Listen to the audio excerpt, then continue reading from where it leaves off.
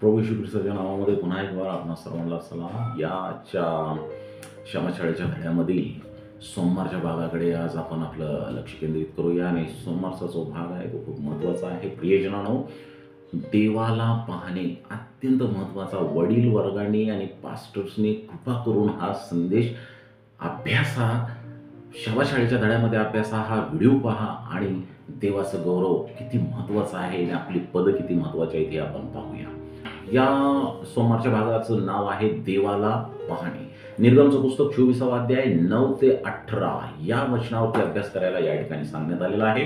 आणि या वचनामध्ये इस्रायलांच्या वडील जनांना एक अद्भुत आणि आश्चर्यकारक अनुभव प्राप्त झालेला आपल्याला पाहावयास या ठिकाणी मिळतो.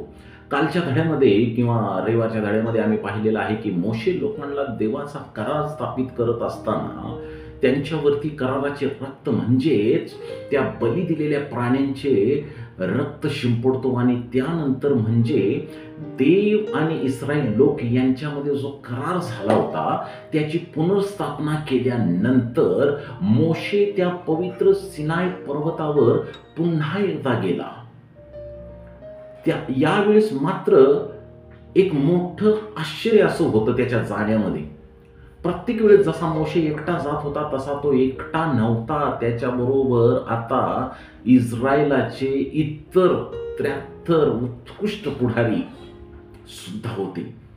या क्षणी आपण विचार करायला पाहिजे की मोशे व्यतिरिक्त इस्रायलाच्या वडील लोकांना ह्या पर्वतावरती परमेश्वरा संगतीचा सहवास म्हणजे त्यांच्यासाठी हा अत्यंत पवित्र असा अनुभव होता.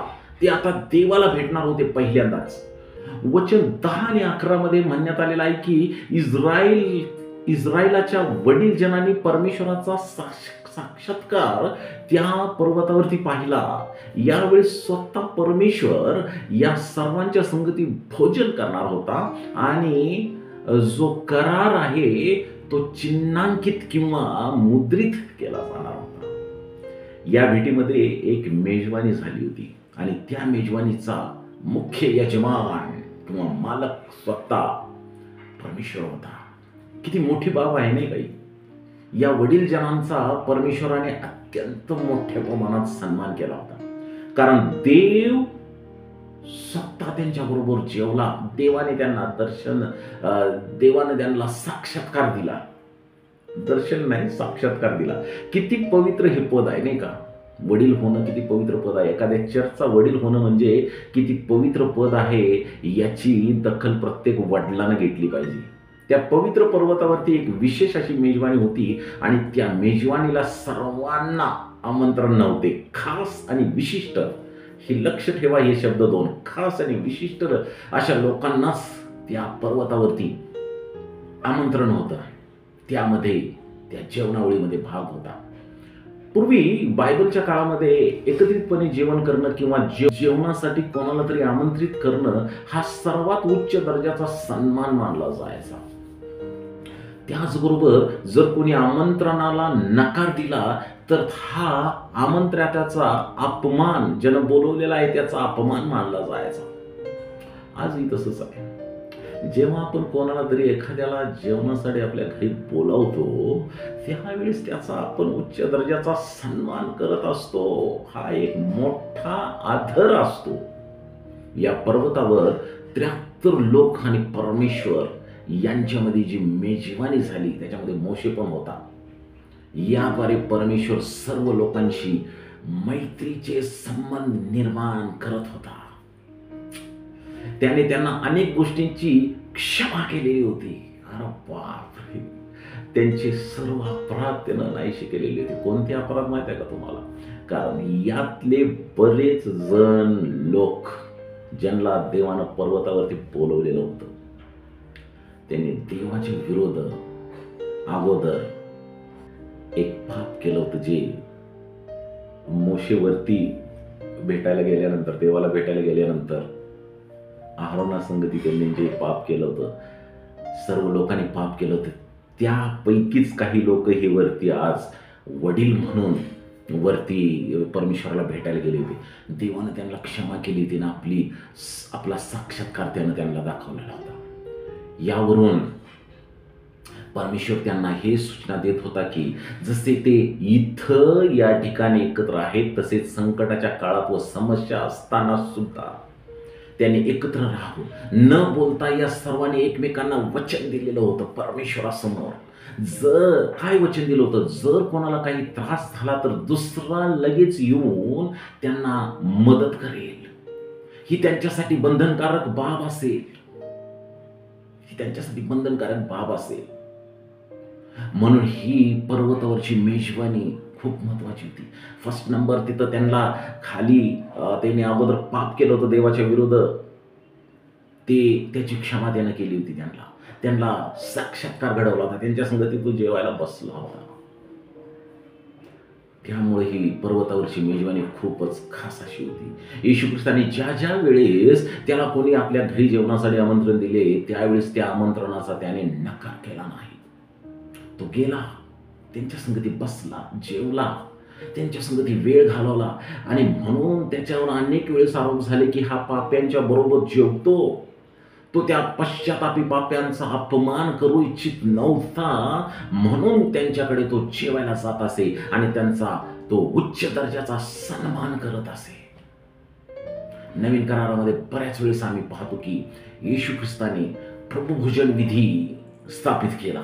म्हणजे विश्वासक जेव्हा प्रभुभोजन साजरे करतो तेव्हा तो इतर विश्वासकांबरोबर ते साजरे करत असतो, ज्यामुळे त्यांच्यातील हेवेदावे दूर होऊन त्यांच्यामध्ये जवळचे संबंध किंवा बंधन स्थापन होतात. आपण या प्रभू भोजनाच्या विधीद्वारे येशू ख्रिस्तामध्ये असलेली क्षमाशीलता व तारण साजरे करत असतो. प्रभू भोजन विधी म्हणजे काय ते तुम्हाला समजलं. पर्वतावरील या पवित्र मेजवानीमध्ये सामील असलेल्या पैकी काही जण नंतर आमिषापोटी पापात पडले.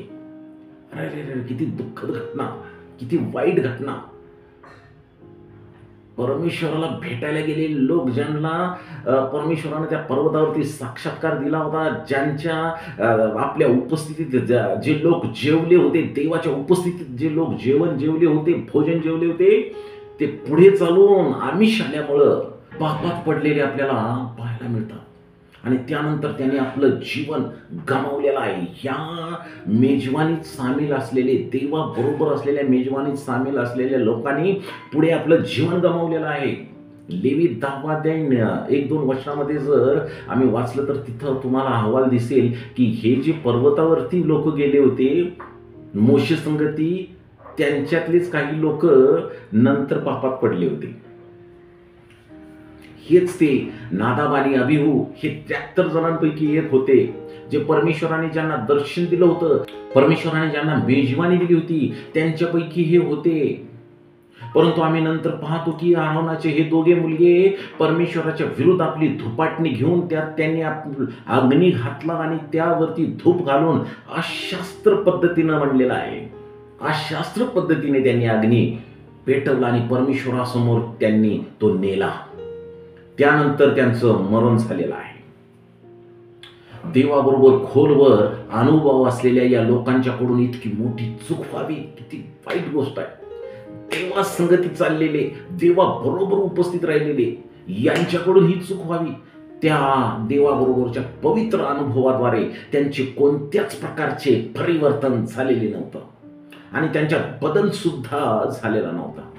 त्यांच्यात नम्रता आलेली नव्हती. प्रयोजनानं आपल्याकडे सगळ्यात मोठे सत्य, सगळ्यात मोठे चर्चमधील एखादं पद आणि आपल्याला मिळालेली पवित्र संधी, या सर्व गोष्टी म्हणजे आपलं याद्वारे आपोआप परिवर्तन होईल आणि आपण याद्वारे खूप पवित्र झालो असे नाही. सैतान तुम्ही देवापासून दूर जाण्यासाठी खूप मार्ग शोधत असतो आणि तुमच्याकडून पाप घडवून घेत असतो, जरी तुम्ही वडील असाल, पालक असाल किंवा वेळेबदले कुठल्याही पदावर असाल. म्हणून आम्हाला ज्यावेळेस पद मिळतं त्यावेळेस त्याची दखल आम्ही घेतली पाहिजे. पुढे चालून आम्ही अपवित्र झालं नाही पाहिजे देवाच्या दृष्टीनं. अवशिष्ट मंडळी या नात्याने आम्ही या गोष्टीचा विचार केला पाहिजे, कारण देवाने आपल्याला त्याचे खास लोक विशिष्ट लोक म्हणून निवडलेले आहे. जसं पर्वतावरती मोशे संगती येण्यासाठी विशिष्ट लोक निवडले होते, तसंच परमेश्वरानं या जगात सेव्हन्थ डे ॲडव्हेंटिस्ट चर्चला एक विशिष्ट लोक म्हणून निवडलेले आहे. आम्ही परमेश्वराच्या आज्ञेच्या बाहेर जाऊ नये याची काळजी रोज घेतली पाहिजे, कारण आम्ही परमेश्वरापासून खास असा हक्क मिळालेले लोक आहोत. आम्ही त्याची दखल घेतली पाहिजे. निवडलेल्या राष्ट्राला यहोवाने त्यांचा राजा म्हणून पूर्ण स्थापन करण्यासाठी आता व्यवस्था करायला सुरुवात केली होती. मोशेला आज्ञा मिळाली होती की तू आरोन, नादाब, अबीहू आणि इस्रायलामधील इतर 70 वडीलधारी मंडळी परमेश्वराकडे वर या, असं देव त्यांना म्हणाला होता. आणि दूरवरून त्याची उपासना करा म्हणला होता परमेश्वर. दूरवरून त्याची परमेश्वर म्हणला त्याची उपासना करा. आणि मोशे एकटाच परमेश्वराजवळ येईल असं म्हणण्यात आलं होतं. लोक त्याच्या पायथ्याशी आराधना करत असताना या निवडलेल्या लोकांना पर्वतावर बोलवण्यात आले. काही सर्व इस्रायल लोक पर्वताच्या खाली आणि हे निवडलेले लोक वर आले, त्यांना बोलवण्यात आलं. इस्रायलाच्या शासनात मोशेला मदत करण्यासाठी 70 वडील निवडण्यात आले होते आणि देवाने त्यांच्यावर आपला आत्मा ठेवला आणि त्याच्या सामर्थ्याचे आणि महानतेचे दर्शन घडवून त्यांना सन्मान सुद्धा दिला.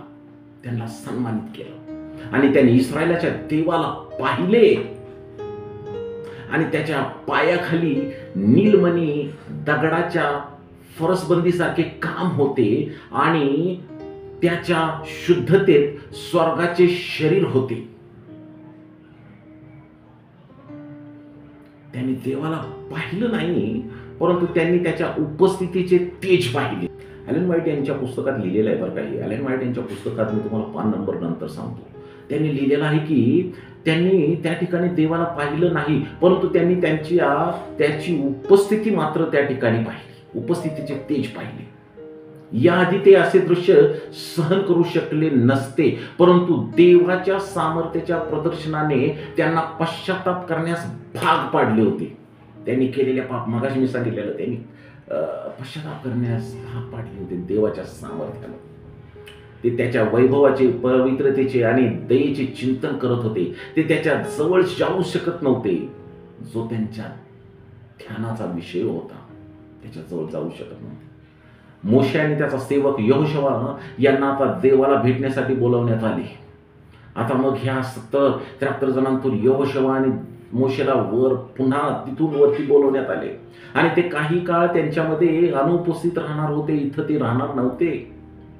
म्हणून नेत्याने वडीलधाऱ्यांच्या मदतीने आरोन आणि हूर यांना त्यांच्या जागी काम करण्यासाठी नियुक्त केलं. मोशेनं काही जणांना नियुक्त केलं की इथलं व्यवस्था तुम्ही बघा, काही तक्रारी असतील तुम्ही यांच्याकडे सांगा. आणि मोशे आता मात्र काही गोष्टी आहेत. मोशे पर्वतावर चढला आणि ढगाने पर्वत झाकला. वाव, आता क्लिअर आहे का? आणि परमेश्वराचे तेज सिनाई पर्वतावर राहिले. देवाचे विशेष उपस्थितीचे चिन्ह म्हणून ढगाने पर्वताला 6 दिवस झाकले. तर काय काम होतं बरं 6 दिवस मोशेवरती गेल्याबरोबर ढग झाकण्याचं? तरी स्वतःचे प्रगटकरण किंवा त्याच्या इच्छेचा संदेश मोशेला या 6 दिवसात मिळाला नाही. या काळात मोशेला परमेश्वर भेटला नाही. या काळात मोशे परात्पर देवाच्या उपस्थिती कक्षात देव त्याच्याशी बोलण्याची वाट पाहत होता. त्याला माझ्याकडे पर्वताकडे ये आणि तिथे राहा असे निर्देश देण्यात आले होते. जरी त्याच्या संयमांची आणि आज्ञाधारिकतेची परीक्षा झाली होती या ठिकाणी, तरी त्याला वाट पाहण्याचा कंटाळा आला नाही किंवा त्याचे पद किंवा पाय परमेश्वराचे त्याने सोडले नाही. वाट पाहण्याचा हा काळ, 6 दिवस वाट पाहण्याचा हा काळ त्याच्यासाठी तयारीचा काळ होता. स्वतःच जवळून आत्मपरीक्षण करण्याचा काळ होता. देवाचा हा कृपावंत सेवक देखील त्याच्या उपस्थितीत या 6 दिवसाच्या काळामध्ये येऊ शकत नव्हता आणि त्याच्या वैभवाचे प्रदर्शन सहन करू शकत नव्हता. म्हणून त्याला काळ्या ढगामध्ये बंदिस्त केलं होतं देवानं. त्याच्या निर्मात्याशी थेट संवाद साधण्यासाठी या काळात, या 6 दिवसाच्या काळात त्याची पूर्ण तयारी व्हायला पाहिजे होती. त्याचं हृदय शुद्ध व्हायला पाहिजे होतं. ध्यान आणि प्रार्थना करून देवाला स्वतःला त्यानं समर्पित करायचं होतं. म्हणून 6 दिवस तो तेथे एकटाच होता. 7व्या दिवशी परमेश्वराची त्याची वेळ झाली. हा 7वा दिवस होता शब्बाताचा. 7व्या दिवशी जो शब्बात होता, मोशेला ढगात बोलावण्यात आले. या 6 दिवसानंतर सर्व इस्रायलाच्या नजरेत दाट ढग उघडला आणि परमेश्वराचे तेज भस्म करणाऱ्या अग्नीसारखे बाहेर पडले. देव त्या ठिकाणी मोशे संगती 7व्या दिवशी बोलला. प्रियजनांनो, एलेन व्हाईट यांच्या लिखाणामध्ये हे सुंदररित्या सांगण्यात आलेलं आहे. पॅट्रियार्क्स अँड प्रॉफिट्स पान नंबर 312 आणि 313 वाचून बघा.